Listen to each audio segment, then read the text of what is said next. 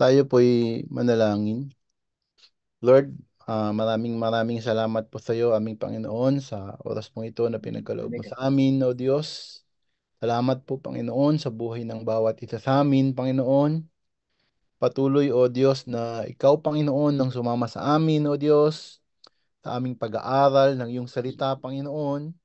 Patuloy, Lord, na empower mo kami, Lord, sa pamamagitan ng mga maririnig namin, Panginoon, na iyong mga salita, O Diyos. Gamitin mo ito, Panginoon, na maging kalakasan sa bawat isa sa amin. Patuloy, O Diyos, na Ikaw, Panginoon, ang maghari sa aming mga buhay. Patuloy, O Diyos, na pakainin mo, Panginoon, ang aming mga spirito, O Diyos, upang maging kalakasan namin, O Diyos. Patuloy din, O Lord, na itinataas po namin si Pastor Joel na mag-share po, Panginoon, ng iyong word, O Lord. Panginoon, ang makita sa kanyang buhay, Panginoon, Ikaw ang may taas, Ikaw ang mapapurihan, O Diyos. At patuloy, Lord, sa aming pagsisimula, patuloy mong linisin ang aming mga puso, Panginoon. Alisin mo po ang mga sagabal, Panginoon, upang hindi namin, Panginoon, lubusang maunawaan, Panginoon, hindi namin lubusang maintindihan ang iyong salita, O Diyos. Anumang kasalanan sa amin, Panginoon, anumang mga hindi maganda, Panginoon, sa aming buhay, ay linisin mga, O Diyos, sa mga oras nito. Tawarin mo kami sa anumang kasalanan, Panginoon, naming nagagawa, naiisip at nasasabi. Gayun din, Panginoon, sa mga bagay na hindi namin nagagampanan, Panginoon. At Lord, patuloy, Lord, na Ikaw, Panginoon, ang magdala pa ng maraming tao sa ganitong mga gawain. Alam namin, O Diyos, na busy ang mga tao. Subalit, O Lord, alam namin, Lord, na lagi kami dapat maglaan ng oras iyo, Panginoon, dahil Ikaw ang pinakamalaga sa aming buhay, O Diyos. Dahil Ikaw ang aming Ama, Ikaw ang Diyos ng aming buhay. Ikaw ang lubusang nagmamahal sa amin, ang tunay na nag-aalaga at kumakalinga sa amin, O Diyos. Patuloy, Lord, samahan mo kami ng iyong banal na spirito. Mangusap ka, O Diyos, sa aming mga puso. Lahat po ng to, dinadalangin namin sa tanging pangalan ng aming Panginoong Jesus. Amen.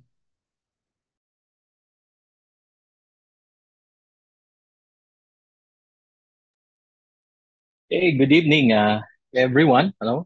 Okay. Tonight would be probably a different type of way of teaching. It's actually I would like it to be more of a discussion or participation. So I will just facilitate. Of course, I will give the topic, and I have also some pointers or insight that I can be shared. But I want it in a way that everyone can speak, everyone can share about this. Especially this topic is actually very controversy in a sense that because many people are quoting this verse, some way somehow by justifying their actions or justifying the sins that they are committing. So our topic this evening is probably we're going to talk about is there any biblical way to judge? No? Yun po yung tanong. Ah, meron po kaya na meron po bang kapamaraanan na sinasabi sa Biblia kung paano po tayo huhusga? How many of you will believe? Oh, okay, that's a question. So meron po pwedeng tumanong. How many of you believe that there is a biblical way to judge?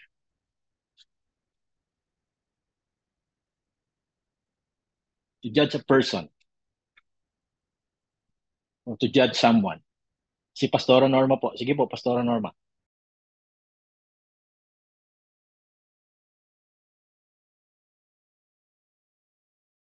Also, I'm going to answer, Pastor.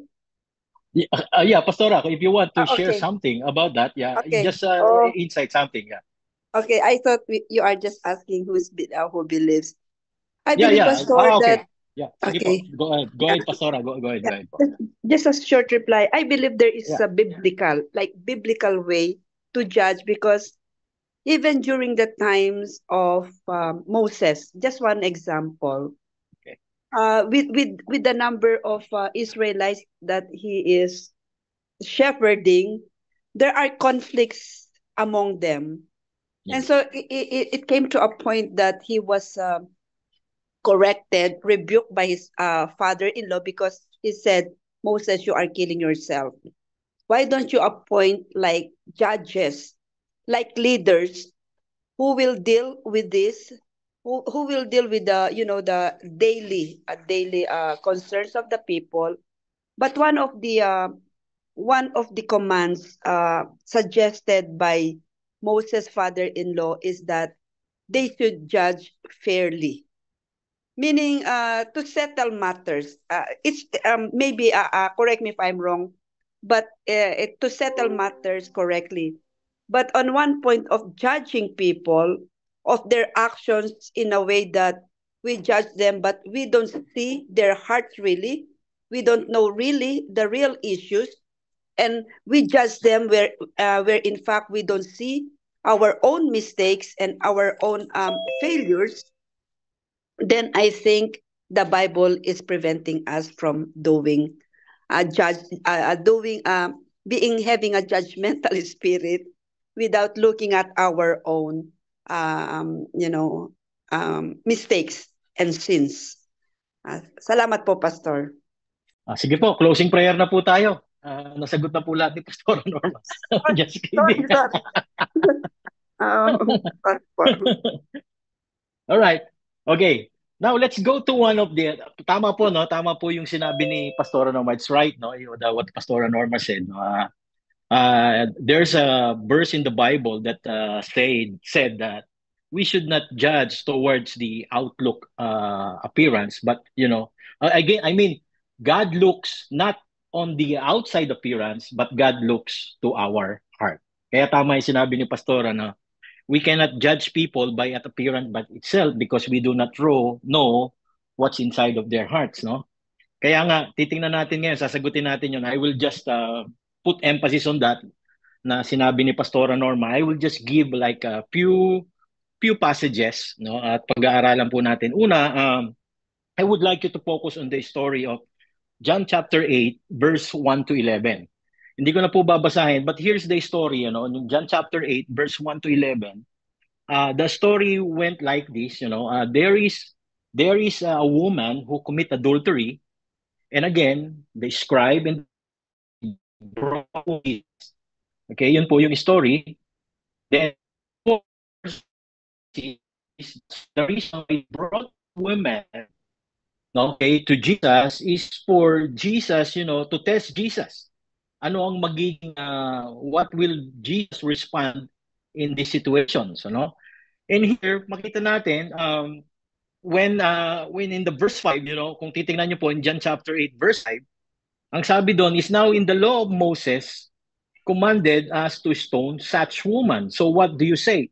So meaning to say, the scribe and Pharisee is testing Jesus, is saying to Jesus, these women commit an adultery, and these women deserve to be stoned. No, this is what the scribe and the Pharisee is saying. But again, in verse 6, basahin po natin, this is to test him that they might have subcharge to bring against him. So meaning to say, gusto nilang huliin si Kristo kung anong magiging sagot niya, at gusto na rin nila siguro kung anong magiging sagot ni Kristo, meron silang mapupula kay Kristo. But in verse 7, if you will look at your Bible, ito po ang sabi, as they continued to ask him, he stood up and said to them, Jesus said this, let him who is without sin among you be the first to throw a stone at her. Then in verse 8, and once more he bent down and wrote on the ground. Madaling salita, sabi ni Jesus, sige, yung mga walang kasalanan dyan, maunang bumato sa kanya. At again, yumuko si Jesus at may sinulat sa lupa. In this passage, it is not clear kung ano yung sinulat ni Kristo. No? It's not very clear what is the thing that Jesus wrote on the ground. But again, just to go on, keep going. But when they heard it, in verse 9, they went away one by one, beginning with the older ones. And Jesus was left alone with the woman standing before him. And Jesus stood up and said to her, women, where are they? Okay, but Jesus saying, where are they? Nasaan na sila? Has no one condemned you? Meron bang nag-condemn sa'yo? And the women answered, she said, no one, Lord. And Jesus said, neither do I condemn you. Go from now on and sin no more.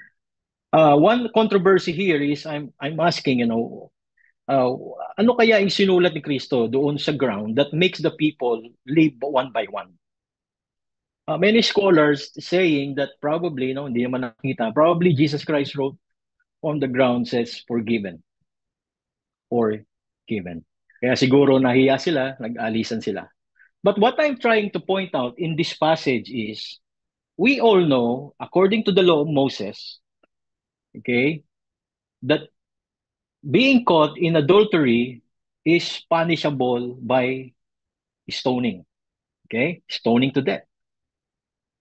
But here, we see Jesus, that even though the scribes and the Pharisees have point, but Jesus did not give in to their point. And in the last thing we'll say is, neither do I condemn you, go and from now on sin no more. Now the questions that I would like to throw to you here, okay? It's very clear that here, no, even though the woman is actually, kung itatrial talaga siya, she will be punishable by stoning to death. No? But here, why do you think Jesus did not judge the woman? Why do you think Jesus did not judge the woman?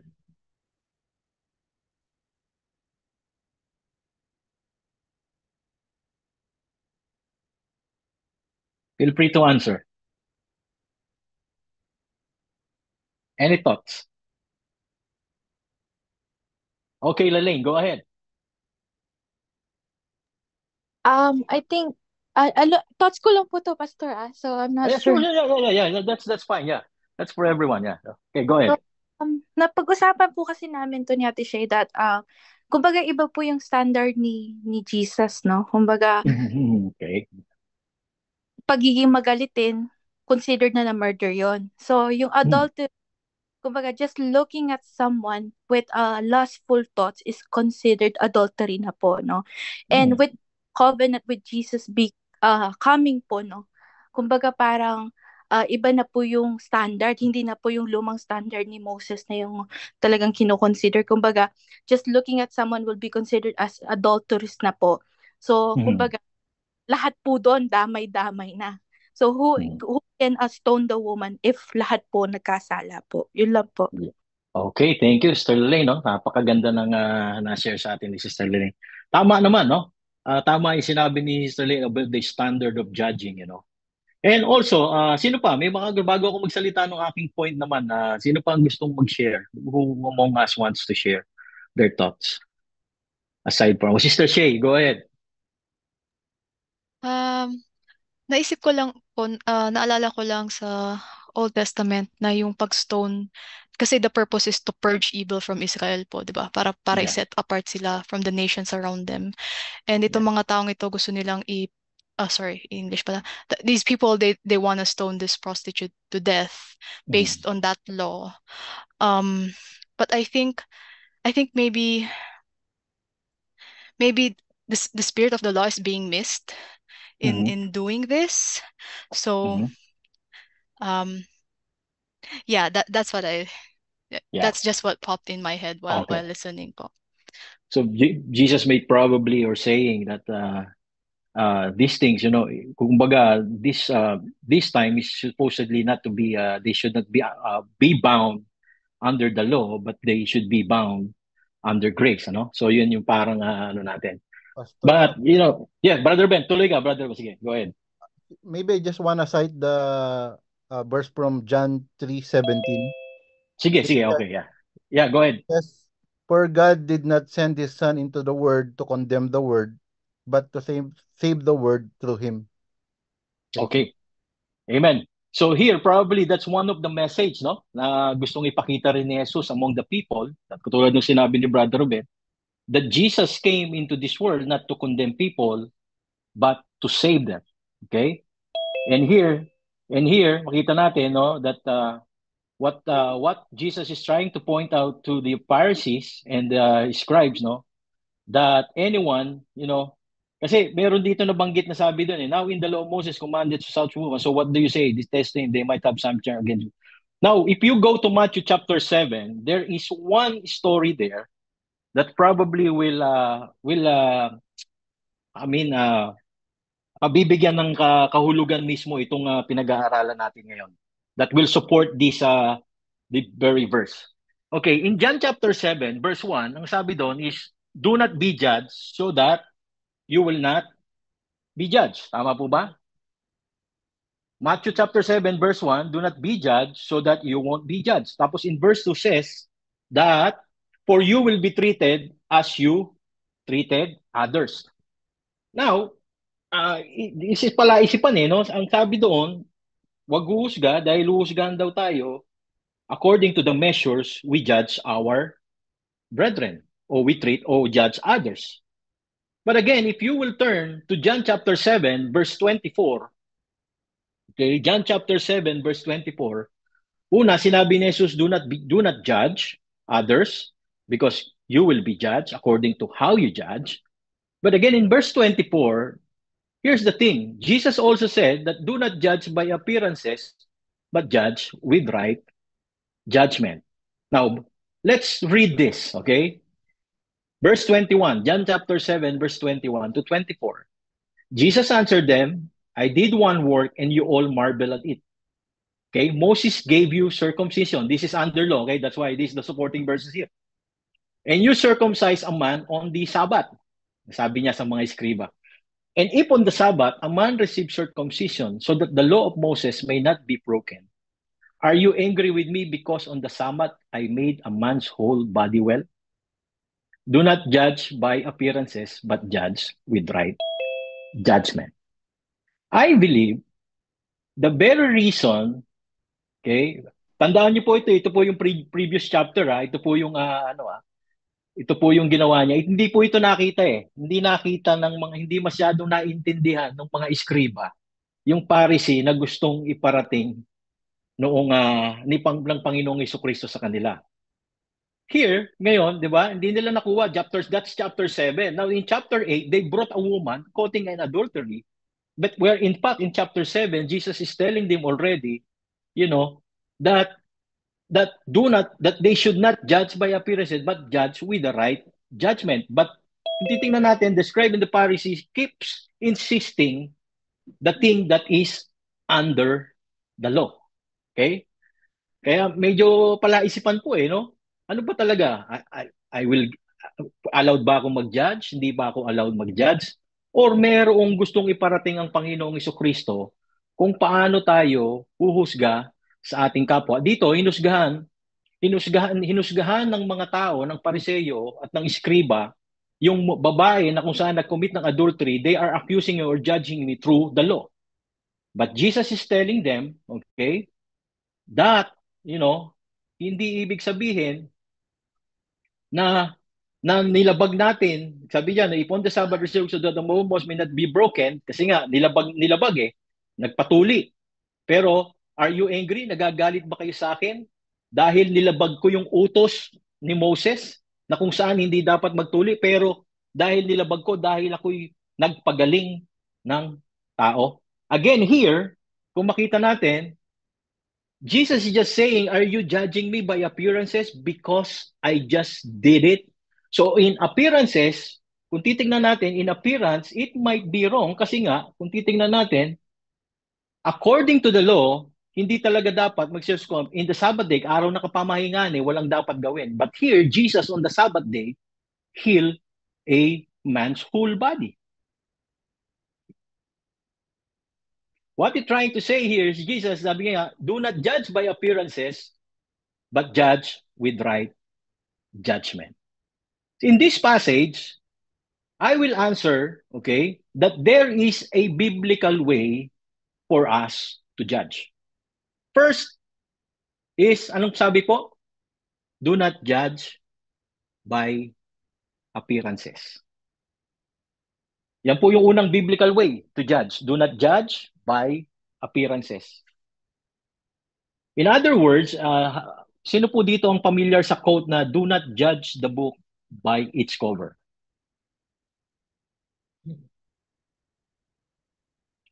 Do not judge the book by its cover. Meaning to say, hindi porket yung isang libro, okay, it doesn't mean that isang libro ay bulok, okay, pangit yung cover niya, it means that the content of the book is also pangit or bad, no? Hindi. So hindi mo siya, ibig sabihin, you cannot judge it by its appearance itself, na kung ano yung appearance, yun yung content. Okay? So yun po yung sa madaling explanation na masasabi ko, that we should not judge by appearances. Now, here, meron akong gustong i-point out dito sa text na to. Who do you think are giving judgment upon the adulterer woman? Scribes and Pharisees. Pag sinabi pong scribes, who among you knows who is scribe is? Ano po ibig sabihin ba ng scriba? Ano po ba yung scriba or scribes? Okay? Itong mga scribes, they are the one who writes the law or writers of the law. No? Sila yung mga sumusulat ng mga batas. And the Pharisees are the strict religious secta of Jews or sect of Jews. Okay? So now, if you will look with scribes and Pharisees, these people are thinking of themselves that they are righteous. No? Yun yung kanilang tingin nila eh. Tingin nila sa sarili nila, matuwid sila. But their action is actually hindi naman. Because in this passage, makikita natin, they are despising the other people. Or they are despising the woman. And I believe this is the reason why Jesus get angry at them and calling them more often in the gospel hypocrites. Why do you think Jesus often called them hypocrites o hipokrito sa Tagalog? Because they appear to be good because they know the law, they probably obey the law, they appear to become righteous, they appear to be, acting like they are clean, but the truth of the matter is they are not. In fact, in one of the gospel, Jesus compared them to a tomb, tomb, libingan, na kung saan it looks clean outside, but inside is a rotten bones and smelly. Now, alam naman natin, bulok. Again, Jesus is telling us, just like the scribes and the Pharisees, that people often use, judging people by appearance itself or by others' personality traits. Now, I have a questions to each one of us. Kapag nakakita ba tayo ng mabuting tao, we can say that person is really good? Let's say we see a good person. He does a good deeds. He help people. But it does really mean that person is really good? Okay, Dr. Iris says no po. And again, we see another people, let's say he may not be seen doing good, but can we say that people is really bad because he doesn't appear to be good? Maaaring hindi po, no? Again, Jesus is conveying a message to us. Katulad ng sinabi niya sa John 7 verse 24. Okay? Ito po yung main idea. Okay? The biblical way to judge is by not judging by appearances. That's the first one. Okay? That we should not judge according to appearance or according to, their personality trait. Sa ngayon lang po, nakakalungkod, in this society that we are living, many people are relying on appearances when judging others. Many people are relying on appearances when judging others. No? Pag mabuti ka, gumagawa ka ng mabuti, ang tingin na sa'yo, talagang mabuti ka na, mabait ka na. Nakagawa ka lang naman ng minsan na masama, pangit, ang tingin sa'yo, salbahe ka na. You're a bad person. But again, just like the quote says, we cannot say that, okay? We cannot say that the book is ugly because the cover is ugly. Nandoon po tayo dapat mag-judge hindi lang sa appearances, kung hindi doon sa kaloob-looban.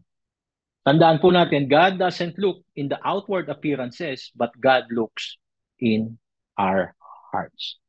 So what God matters is our hearts. Yung nilalaman ng ating mga puso. No, tulad po sinabi ni Dr. Iris, madaling magpanggap, no? It's madaling maging artista, no? Alam niyo yung mga artista magaling magpanggap yan because they can act, But again, God sees our very heart, no? Kaya nga sabi doon ni Lord, pwede kang humusga, pero ang sabi doon sa verse 2, Matthew chapter 7 verse 1 and 2, do not judge so that you will not be judged, because sapagkat sabi niya, kung paano ninyo inusgahan ng inyong kapwa, ay ganoon din kayo huhusgahan ng Diyos. So again, if we judge people through appearances, of course, the same thing, God will judge us through appearances. Kaya yun yung sinasabi ng Panginoon. Hindi naman sinasabi dito ni Lord na bawal nang maging judgmental talaga. Bawal maging judgmental if you're gonna judge the people or gauge that person in judging by just merely appearance itself. Because the second line in John chapter 7:24, this is my second point, the biblical way of judgment, God is saying to us is we should judge with right judgment. Judge with right judgment. Now, questions. What do you think is the meaning of that? What do you think is the meaning of judge with the right judgment? Sino po gusto mag-volunteer?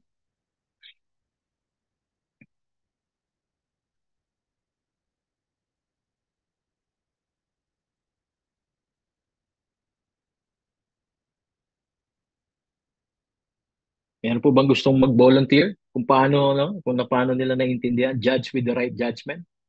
Paano ba tayo huhusga ng may tamang paghusga? And what does it mean?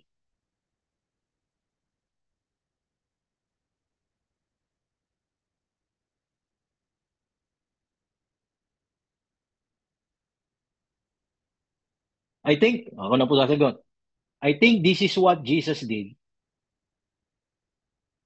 in John chapter 8 verse 1 to 11. Okay? This is what Jesus did. Jesus judged with the right judgment. Because the meaning of that is we are to, righteously judge actions, not condemn people. Righteously, may katuwiran, judge actions, but not to condemn people. Now, that judgment will always, or when we do that judgment, those judgments of ours must be based on the principle of righteousness. Ulitin ko po yun.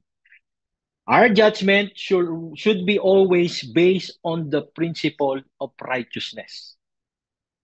Meaning to say, our focus will more fully to turn to the Lord Jesus Christ. As believers in Christ, we should give right judgment. Okay? We should give right judgment. Meaning to say, number one, we are to judge for what is right. Okay? We are to judge for what is right. Secondly, we are not to condemn. We are not to be judgmental. Pag sinabing judgmental, you will not just give judgment just basically na may nakita lang tayo. Okay? Kailangan kasi, before, ito yung mga dapat nating isaalang-alang when we do a judge with the right judgment. Okay? Una, we should make evaluations. Ano po ba yung evaluations? Ang evaluation, ang ibig sabihin po niyan, kay kumparing Webster ko, ang sabi po ni Webster, evaluation is the structured interpretation and giving of meaning to predicted or actual impacts of proposal or results. It looks at the original objectives and at what is either predicted or what was accomplished and how it was accomplished. So meaning to say, may proseso, may tinitingnan, may pagsusuri, no? May pinanggagalingan yung interpretation, may pinanggagalingan yung judgment. Hindi dahil lang nakita natin na ganun siya, we are suddenly give judgment. Hindi, no? Mayroong proseso. We have to know the facts, no? We should know how how the actions, kung ano yung resulta ng kanyang ginawa, okay? And let's always look on the original objectives. Ano ba yung layunin, no? In that thing, at ano yung nais natin na ma-accomplish doon sa bagay na yon, ba't natin gagawin, at papaano natin ito i-accomplish. Amen? Then ang pangalawa, right judgment is we should be discerning. No? Ano ba yung discerning? Pag sinabing discerning, how many of you are gustong magbigay ng insight nila kung paano nila na, o how do you understand the word discerning?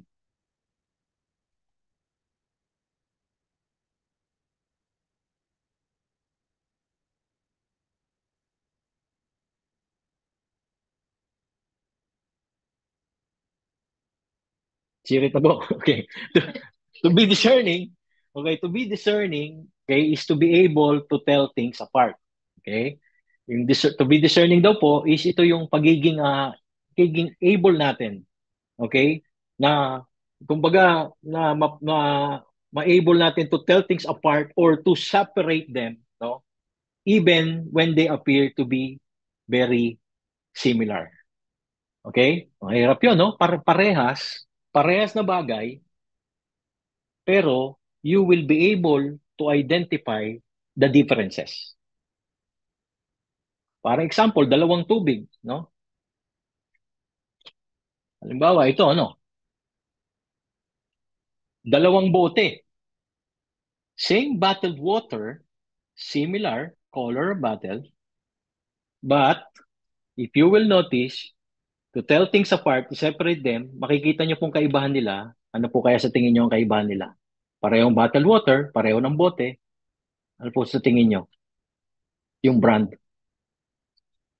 Tama po ba? Ito po Pure Life, yung isa Aquafina, but they appear to be similar. Okay? But you discern, no? Some appear good, but you discern that there is something different to each one, even though they appear to be very similar. Now, in applications, people who are discerning are able to make keen observation about things. Okay, ulitin ko po yun. People who are discerning are able to make keen observation about things. A person with a discerning palate may be able to discern flavor that others cannot. A person with a discerning palate may be able to discern flavor that others cannot. Ibig sabihin, yung person daw, no, na mayroong mga matinik na panlasa yan no? Panlasa may be able to discern, no, yung mga classic-classing flavor na kung saan hindi kayang ma-discern ng iba. So, again, the answer to the question, sabi na ko kanina, is katulad sinabi ni Pastor Noma, meron, no? There is a biblical way to judge. And that is, number one, we should not judge according to appearances, or do not judge by appearances. That is how are we going to give judgment, by not judging by appearances and by judging with the right judgment.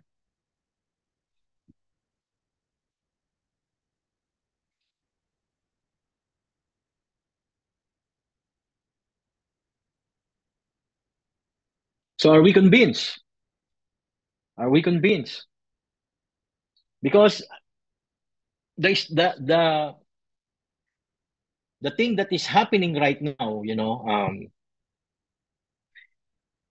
in the John chapter 8 verse 1 to 11 na binasa po natin, these verses are most often time used by people, okay, used by people who are committing sin and living in sin, by saying that although, you know, di ba? Although they are in that situations, people doesn't have any right to judge them, because when you see that, okay, adulterer yung babae pero hindi kinondemn ni Kristo, sa halip ay niligtas pa nga ng Panginoon doon sa niligtas siya ng Lord na para mailayo siya na batuin siya, mamatay sa pagbabato.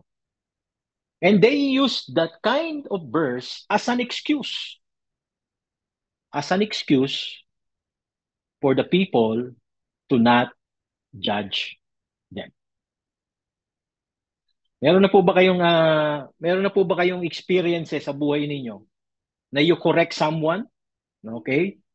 You correct someone and it appears na yung correction mo is appearing to them na parang hinuhusgahan mo sila and sinabi nila sa'yo, ba't ganyan ka naman, brother? Ba't ganyan ka naman, sister?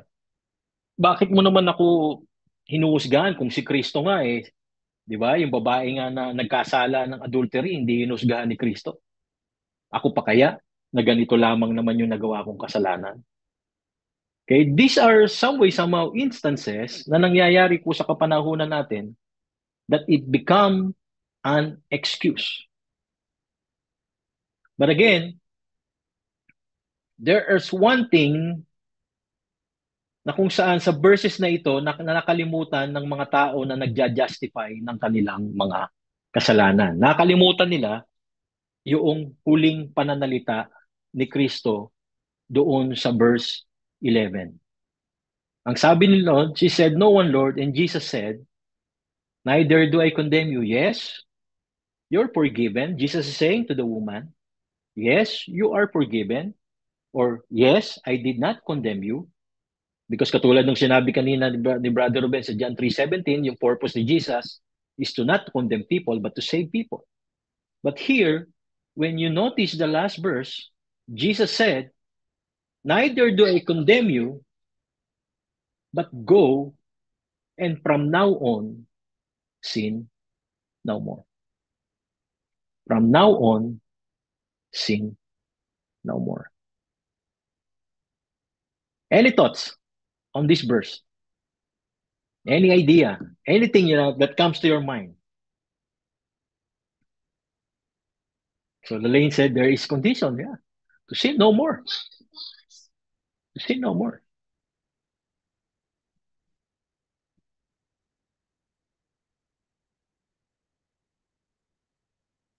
My thoughts here is that everyone that encountered Jesus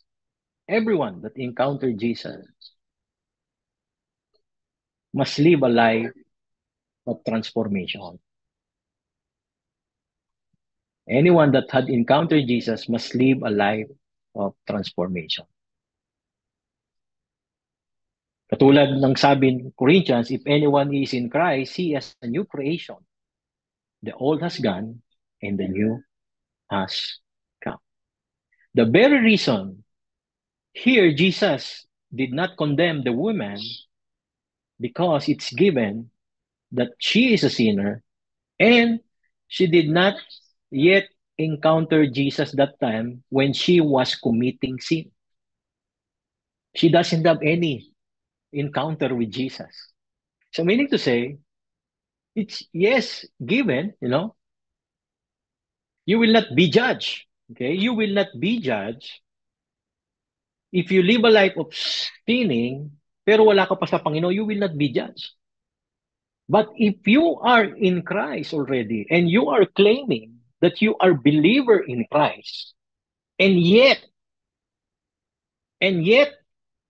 you still live in sinning, that's a different story. Kasi ang sabi dito, maliwanag, ang sabi ng Panginoon, this woman encounter, and Jesus encouraged that woman dahil nga she has a personal encounter with Jesus, meaning to say, Jesus is, not condemning her in a sense, but Jesus' condition to that woman is, yes, you're forgiven now, but make it sure you will not live in sin anymore. You will not live in sin anymore. Because I believe time will come, all of us will be judged. Okay? All of us will be judged. Diba kasabi naman sa Bible, in the last day, all of us will face God and we will be judged according to what we did.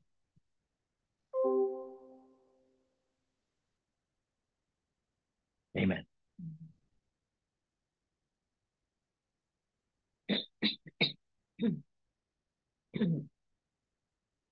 Tulad ng sinabi ni Pastora Noma, repentance is not when you cry. No, it's not on just emotional thing.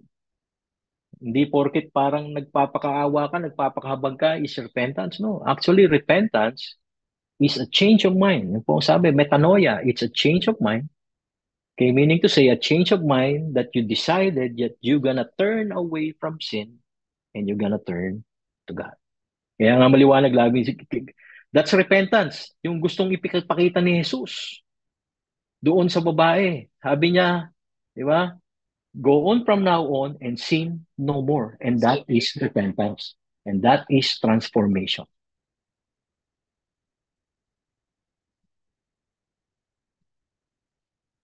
That's why, in closing, mga kapatid, I wanna say this, do not be afraid to make judgment.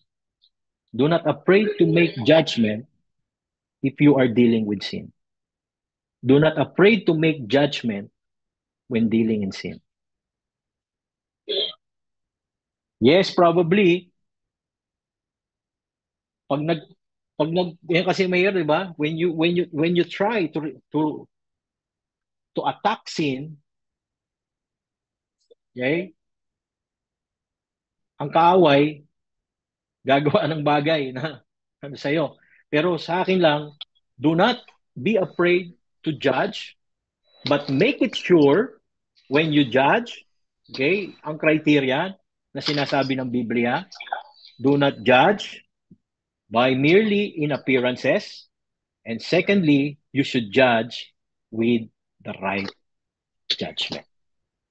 Amen po ba, mga kapatid? We should not judge by merely in appearances, but we should judge with the right judgment. At yun po ang sabi ng ating Panginoon. Yes, Jesus will not condemn us. Will not condemn us. But if we keep on sinning, that's a different story. Because I don't think so that a person that really encounters Christ will keep on sinning and sinning and sinning. Will you agree with me? Those who have true encounter in Christ will not keep on sinning and sinning and sinning and sinning. There will be a transformation in life. Yes, we can commit sin, but we will not live in sin. Amen? So is there anyone would like to ask questions? Or is there anyone gusto po ng clarifications? Or is there anyone here that would have questions na gustong itanong and would like to have an answer to their questions? Sige po, we still have minutes pa or just 10-15 minutes. So sige po to discuss it. Opo, Pas. Sige po. Yeah. Pasensya na po at nagda-drive pa rin. Okay lang po, Doktora. Yeah. Sa akin po, Pastor, regarding po dito sa ano po, no, kasi tayo naman po ay syempre, nasa flesh pa po, real talk lamang, tayo po ay, alam nyo na, minsan talagang, hindi maiwasan po, no, na, yun nga, na nagkakasala pa rin po tayo, although hindi na yung katulad ng dati na intentional po, no. So, yeah. I think po, sa akin, from real life experience po, no, I have been very, isa sa mga nakakatulong po talaga sa akin yung transparency. Kapag po I feel na ayan na naman ako nagtatago sa Lord, it's not wrong po to ask for encouragement sa ating mga brethren, edification. Yeah. Ako po, ginagawa ko po yan, nag-reach out po ako, for example, kay Tita Mayet or mga brethren po, no? It's not wrong to say na, kapatid, pinanghihinaan ako, kapatid, I'm hiding from the Lord, kapatid, ganito. Kasi hindi po natin alam yung strengthening na naibibigay ng ating brethren po, you know. Amen. Napakahalaga po yan. Kesa po yung tayo po ay nagtatago lalo at kung ganun, Pastor, ano po? Yeah. Kapag nafe-feel ng isang Kristiyano na medyo na ano na po sila, yun nga, medyo bumabalik-balik, nagbabackslide ng konti, nawawala sa sirkulasyon. Hindi po mali, mga kapatid, to actually reach out, to actually talk about it. Yun lang po yung masishare ko. Kasi ako po, pinagdaraanan ko po yan eh. Madalas po no, na pinanghihinaan din po ako, mga kapatid.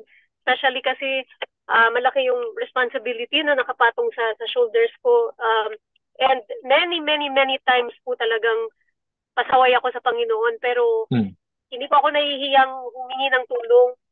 Hindi po ako nahihiya na ano din sa mga kapatiran. Of course, you always ask for help from the Lord, syempre. Amen. Yeah, Lord, tulungan mo ko, Lord, hindi ko na po talaga kaya. Parang, ano na po ako, nagpadaus-dus talaga ako, Panginoon, tulungan niyo po ako. And the Holy Spirit always comes to the rescue. But yung mga kapatiran din po natin strengthens us also po. So yun naman po, Pastor, gusto ko lang po i-share po yun. Baka in case may nagdaraan po sa mga medyo konti-konting backslide. Wala naman pong judgment po. No condemnation. Yun lamang po. Yeah. So yun, yun sometimes yan kung medyo siguro sensitive tayo dun sa words na judge, so probably call out, ano. There are things that sometimes we have been called out, no. Masabihan tayo or someone caught our attention. You know? Katulad ng sinabi ni Doktora,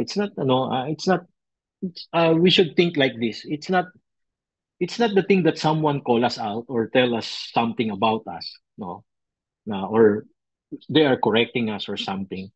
Well, that judgment is not probably a negative judgment, but I believe that is a positive judgment that we should take in consideration, no, for us to be able, na mapabuti, no, because you can naman yan eh, yung kumbaga matitimbang mo naman yung sinasabi ng ating mga kapwa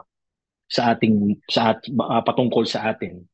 We can gauge that if what they are saying towards us is actually right, na kung saan we need to take an action for that thing so that we can improve our character or be changed for the better, no.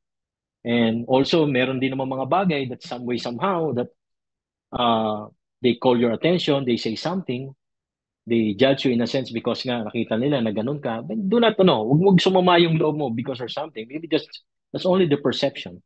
But it always lies on you how you will take yung mga sinasabi ng tao sa atin, It's either will make you or will break you.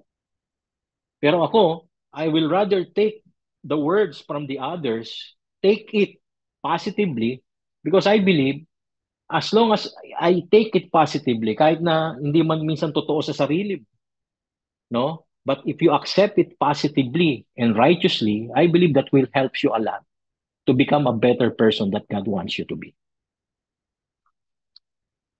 Pero if we do not have a teachable heart, we will not be able to grow in our relationship in God and also sa bawat isa. That's why we should be always broad-minded, no? Hindi tayo kailangan maging makitid. Kailangan lawakan natin lagi yung ating pag-iisip. We should have also a kind of mind that who is so understanding, no? Na as much as possible, we try to understand every people. Okay? Maintindihan natin sila, every brethren, no? Maintindihan natin yung mga tao na kapaligid sa atin. We try to understand them. And lastly, again, as we are in one body, we are all subject to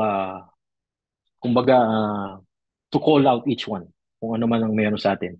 And again, do not take it, no? Katulad nga, kung tingin mo inusgahan ka, balansehin mo 'yon, baka appearance lang 'yon. Katulad nga ng sinabi ko kanina, katulad ng mga hindi ibig sabihin na ang isang mabuting tao gumagawa siya ng mabuti na siya. Hindi rin naman ibig sabihin nakakitaan natin yung isang tao ng hindi magandang pag-uugali, masamang tao na siya. So again, it's more deeper than that. Kaya lesson today, when we give judgment, no? Naalala ko yung sa Itbulaga ba yun? Yung bawal ang judgmental.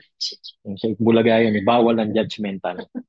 Hindi naman, no? Hindi naman talaga bawal ang judgmental.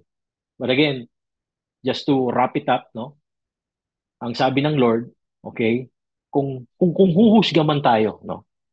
Kung maghuhusga man tayo, if we will give judgment, sa ating kapwa, make it sure that we are not judging merely by appearances. And if we will give judgment, we'll make it sure that we give a righteous judgment. So again, mga kapatid, isang magandang gabi po at isang mapagpalang gabi po sa ating lahat. Amen?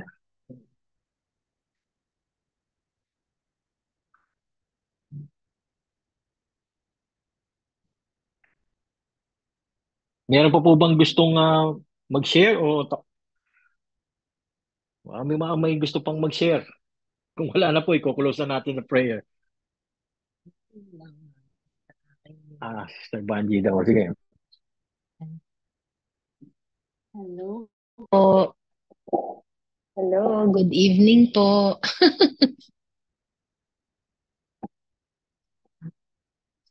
Ano lang, yung sa akin, I agree po dun sa ating points, no, about sa pag-judge, no. Although, talagang sa totoo lang, yung word kasi na judge, medyo, ano siya di ba? Kung ano natin, masakit na word yan, yung judge.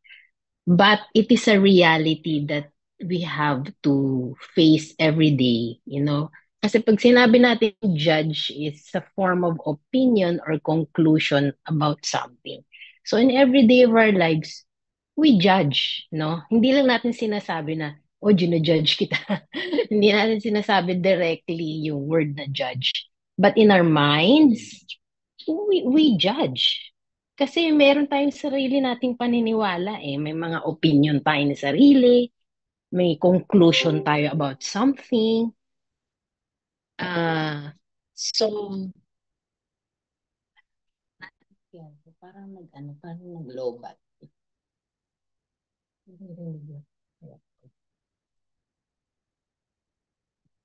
Naririnig ako.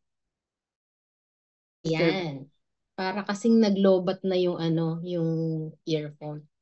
Yun po. So yung sa akin lang po yun yung I was praying kasi what is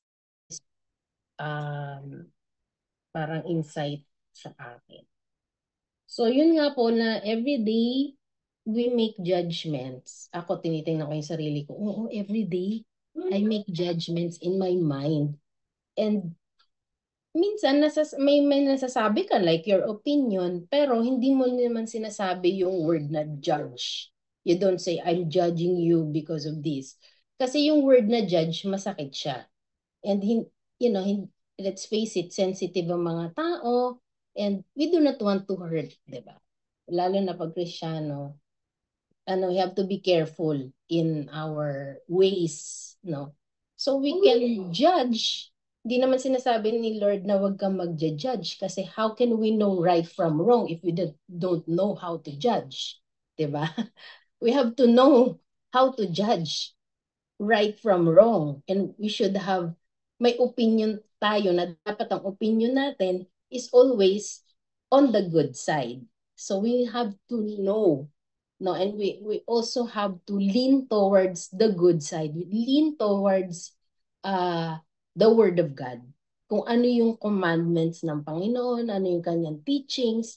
So I think yung righteous judgment is looking at God's Word. That's why we need to really study God's Word and keep it in our hearts and minds. Kasi that is the way how we can really judge righteously. Di po ba? Amen. So, paano tayo mag-judge righteously? We have to know the Word of God. God will teach us how to judge righteously through His Word. His Word will teach us how to judge righteously. And the manner in which we can judge also righteously. Kasama yung manner. yung ating speech, yung ating, how we carry ourselves, diba? Yun lang po. Amen. Thank you, Sister Banji. Kanina, Sister Shay, may nagtaas ata eh. Sister Shay, you wanna tell something? Or said something? Ay, wala naman po. Amen lang po sa sinabi ni Tita Banji. Sige. So wala na. Okay. Sige po, kung wala na po, let us close in prayer. Panginoon, maraming salamat po sa gabing ito na pinagkaloob niyo po sa amin. Thank you, Lord, for the word that you have shared to us, O God. We pray, Lord, ng salita mo, Panginoon, ay tumimo, Panginoon, sa aming puso. At sa lahat, Lord, ito ay aming maisagawa, Lord, sa aming pang-araw-araw na pamumuhay, Panginoon.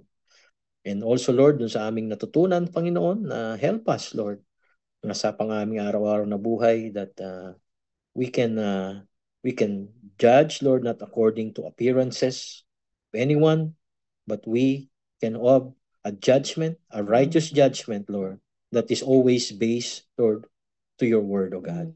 Father, I thank for each one of us here, O God. Salamat sa buhay po nila. And again, I take this also opportunity to lift them up to you, Lord, in prayers. I really do not know, Lord, anong pangangailangan nila at anong mga pinagdaraanan nila. But you are the God that knows everything. You know our needs and you know what we're going through, Lord. And I pray, Panginoon, na kayo po ang patuloy na kumilos sa buhay ng bawat isa. Kung meron man nangangailangan, Panginoon, ng kagalingan, kayo po ang Panginoon ang magawad ng kagalingan.